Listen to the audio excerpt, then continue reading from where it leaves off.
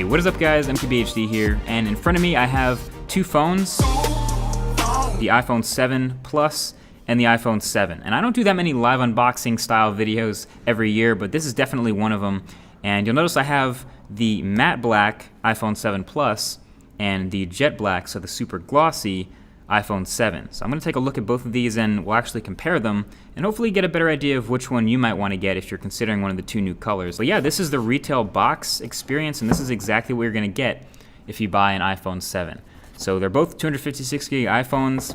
Let's go ahead and open the boxes. We'll start with the glossy black. We'll start with the jet black iPhone.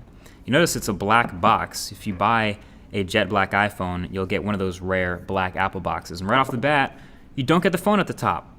You get the Designed by Apple in California paperwork. And then there is the iPhone in all its glossy glory and the plastic on the screen protector.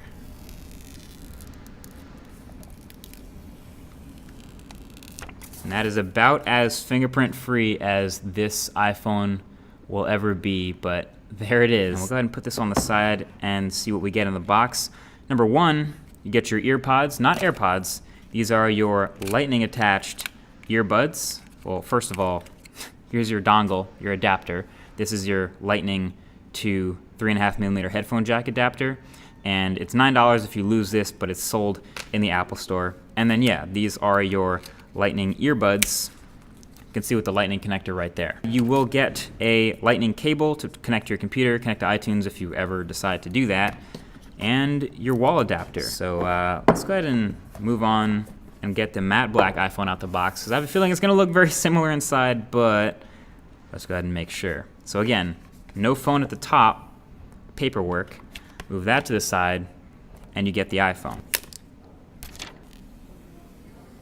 So matte black obviously looks super clean as well. This is a phone that is going to show fingerprints too, but not in quite the same way as the super glossy iPhone. On the larger phone side, you do have the dual cameras on the back that we showed in that first hands-on video. And then of course, if you compare it to another bigger phone like say the Galaxy S7 Edge, you'll notice it's still a lot bigger because it carries that much bigger bezel. I'm gonna actually boot this one up and see what we get as far as iOS 10's first boot. But yeah, it's still carrying a big old forehead, big old chin, the new capacitive home button, and I can confirm that when it's off, it doesn't move at all, which is kind of an interesting sensation. Let's go ahead and boot into iOS 10 and set it up for the first time. I speak English. Hey Siri. Hey Siri. Okay, so this is definitely a new step. It's telling me to meet the new home button. So obviously on the iPhone 7, you have the home button that does not move. It's just a piece of glass and it's pressure sensitive. So when we get started here, we'll be able to choose how much, I guess, pressure feedback or with the Taptic engine will feel when we press it. So 3 is a really firm click response. 2 is a default somewhere in the middle. The whole phone seems to be vibrating still, but it doesn't quite replicate a normal press. And then 1 is really light. That's almost like I don't know if I'm pressing it or not. So I'm gonna go all the way up to 3 so I know when I'm pressing the button. So there we are in iOS 10 on the iPhone 7. And obviously, a lot of the stuff you'll see here is exactly the same as it would be on any other phone that's running iOS 10, like my iPhone 6s, but obviously on the new chip, a little bit faster, a little bit smoother, and a little bit more interesting with this new home button setting. A quick run through Geekbench 4 for kicks, since this is the new A10 Fusion chip. And yes, 3 GB of RAM confirmed for the iPhone 7 Plus, and 2 GB for the iPhone 7.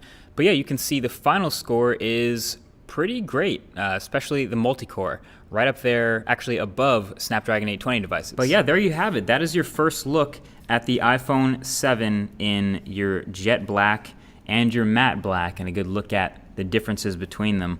Honestly, if you're having trouble picking, I would just go the safe route with the matte black. This is almost like a special edition phone at this point. If you haven't seen it in person, check it out in a store. You're gonna see the fingerprints and the scratches and things like that. But yeah, that's the unboxing experience, and that's what comes in the box, and that's what you will find if you order a new phone from Apple this week.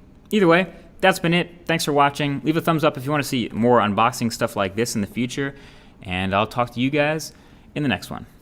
Peace.